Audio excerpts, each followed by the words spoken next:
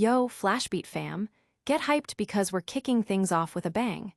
The iconic mockumentary band, Spinal Tap, is back, and they're spilling all the tea on what keeps David St. Hubbins, Nigel Tufnell, and Derek Smalls together after all these years. Is it poverty, friendship, or something more magnetic? But wait, there's more. If you thought you knew Spinal Tap, think again. A brand new book, a fine line between stupid and clever. The story of Spinal Tap is dropping, penned by the legends themselves, Rob Reiner, Christopher Guest, Michael McKean, and Harry Shearer. Get ready for the inside scoop on how this fake band became a real phenomenon. And the Spinal Tap saga continues. Their new film, Spinal Tap II, The End Continues, is hitting theaters, and critics are already weighing in. Is it a triumphant return or a bit too much of a nostalgia trip? We're breaking down the reviews and giving you the lowdown on whether it lives up to the hype. So much Spinal Tap goodness, you won't believe it. From the secrets of their longevity to the making of their iconic book and the verdict on their new movie, we've got it all. Make sure you're subscribed and hit that notification bell so you don't miss a single beat. Let's go. Spinal Tap's secret to survival, more than just money. 40 years after their groundbreaking mockumentary, the legendary fictional band Spinal Tap is back, and they're not holding anything back. David St. Hubbins, Nigel Tufnell, and Derek Smalls are reuniting for Spinal Tap II. The End Continues, and they've finally revealed what keeps this iconic trio together through decades of sold-out tour, and let's be honest, a few drummer mishaps. When asked about their longevity, David quipped poverty, with Derek adding, money lack thereof. Nigel, however, suggested it's a more profound, magnetic effect, while David humorously noted the specter of dying alone and unwanted also plays a role. The band's notorious drummer curse is back in the spotlight too, with Ivan Questlove, Lars Ulrich, and Chad Smith declining to join. But fear not, Spinal Tap has enlisted some legendary help, with Elton John and Sir Paul McCartney making appearances. Though, as David humorously put it, Elton was a ray of sunshine, while McCartney was the other one, much to Nigel's playful correction. Director Marty DiBergi admits he feels stuck in his old ways, much like the band he's documenting. The film promises more of the same absurd charm that made the original a cult classic. Fans are buzzing online, debating whether the band's humor still holds up or if it's simply a fond trip down memory lane. Critics are divided, with some praising the nostalgia and others questioning if the magic can truly be recaptured. Either way, the return of Spinal Tap is a major event in the world of music and comedy. Don't go anywhere, because the story behind Spinal Tap's enduring legacy is far from over. Next up, we're diving into the brand new book that reveals the untold story of this fake band's real impact. The untold story of the fake band that rocked the world. As Spinal Tap II, The End Continues, hits theaters, fans get a deeper look into the phenomenon with a new book, A Fine Line Between Stupid and Clever, The Story of Spinal Tap. Co-written by the masterminds behind the band, Rob Reiner, Christopher Guest, Michael McKean, and Harry Shearer, this book promises to reveal the true story of the fake band that became a global sensation. Gallery Books describes it as the complete tale of how they met, how Spinal Tap came to be, and how their low-budget indie film took on a life of its own. Adding to the meta-humor, the book includes a bonus memoir from Marty DiBergi, Rob Reiner's fictional director alter ego. DiBergi sits down with Nigel Tufnell, David St. Hubbins, and Derek Smalls to revisit the band's history, including the infamous drummer curse. Harry Shearer shared in an interview that the film's initial success wasn't immediate, but it gained traction as one of the first non-pornographic home videos to turn a profit, encouraging the band to consider a tour. This unexpected path truly solidified Spinal Tap as a continuing project. The book is available in various formats, including a Barnes & Noble edition signed by Rob Reiner, as well as ebook, hardcover, and audiobook options. Fans are eager to get their hands on this definitive account, dissecting every anecdote and behind-the-scenes detail that shaped the Spinal Tap legacy. But is the magic truly alive, and well in their latest cinematic outing? We're breaking down the critical reception of Spinal Tap II.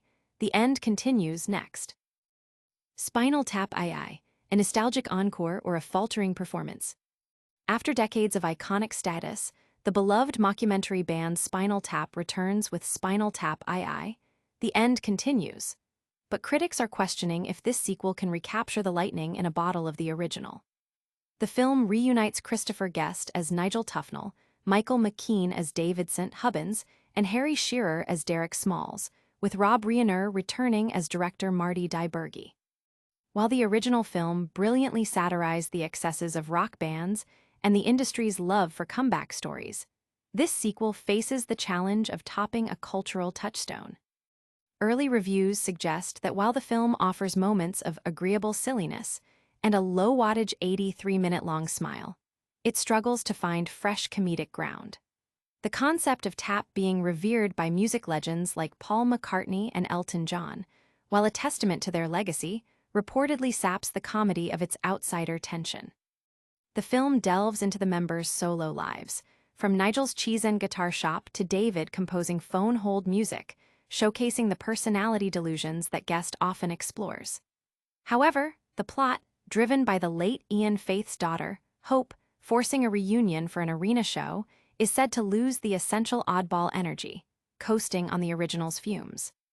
Specific gags, like the drummer mortality problem and a lackluster tryout montage, are noted as wearing thin. Even the addition of an energetic young replacement drummer doesn't spark the expected humor. The film's critical reception indicates a potential pitfall of sequels, relying too heavily on past glories. While the leads still possess charm, the improvisational sparks seem fewer, leaving some to wish the sequel had more of the original's signature, 11, energy. Despite its perceived shortcomings, most critics agree that Spinal Tap II won't tarnish the legacy of the original masterpiece. But the story doesn't end with the movie reviews. We're revealing what the band themselves say keeps them going. Stick around as we uncover the real reasons behind Spinal Tap's enduring appeal. Spinal Tap II, the end continues, a legendary return or a faint echo. 4 decades after, This Is Spinal Tap redefined the mockumentary, the legendary fictional band is back with Spinal Tap II. The end continues. The original, a masterful spoof of rock music excess and comeback sagas, is so culturally ingrained that its guitarist Nigel Tufnell would say its legacy has gone way past 11. Now, co-creators Christopher Guest, Michael McKean, and Harry Shearer, along with director Rob Reiner, attempt to recapture that magic. However, early critical reactions suggest that Spinal Tap II might be more of a feature-length outtake reel than a fresh take. The film reunites the core trio, Guest as Tufnell, McKean as David St. Hubbins, and Shearer as Derek Smalls, for one last concert. While the sight of these, sweetly clueless, characters can still elicit smiles, the film's concept of the band being revered by icons like Sir Paul McCartney and Elton John reportedly diminishes the outsider tension that fueled the original's comedy. The narrative, which sees the members living disparate solo lives before being forced into a reunion, attempts to showcase their unique delusions, a hallmark of Guest's directorial style. Yet, the momentum reportedly falters when the plot centers on a forced arena show. Repetitive gags, such as the infamous drummer curse and missed comedic opportunities with new characters and scenarios, are cited as weaknesses. While the leads retain their charm, the film is criticized for undercooking potential comedic friction and relying too heavily on the original's reputation. Despite these critiques, the consensus is that Spinal Tap II, The End Continues, is unlikely to damage the enduring legacy of its predecessor, even if it doesn't quite reach the same heights. The film is rated R and runs for 1 hour and 23 minutes. So is the sequel a hit or a miss? We've got the full breakdown. And after the break, we'll tell you what the band members themselves say about what keeps them together after all these years. And that's a wrap on today's Flashbeat. We dove deep into the enduring legacy of Spinal Tap, revealing what keeps David St. Hubbins, Nigel Tufnell, and Derek Smalls together after all these years. We explored the brand new book, A Fine Line Between Stupid and Clever, that tells the untold story of this iconic fake band. Plus, we broke down the critical buzz around their latest film, Spinal Tap II, The End Continues. Did you catch the new Spinal Tap movie? What did you think?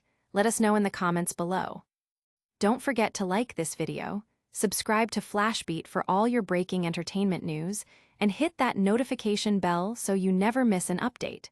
Follow us on all social platforms for more exclusive content. We'll see you next time.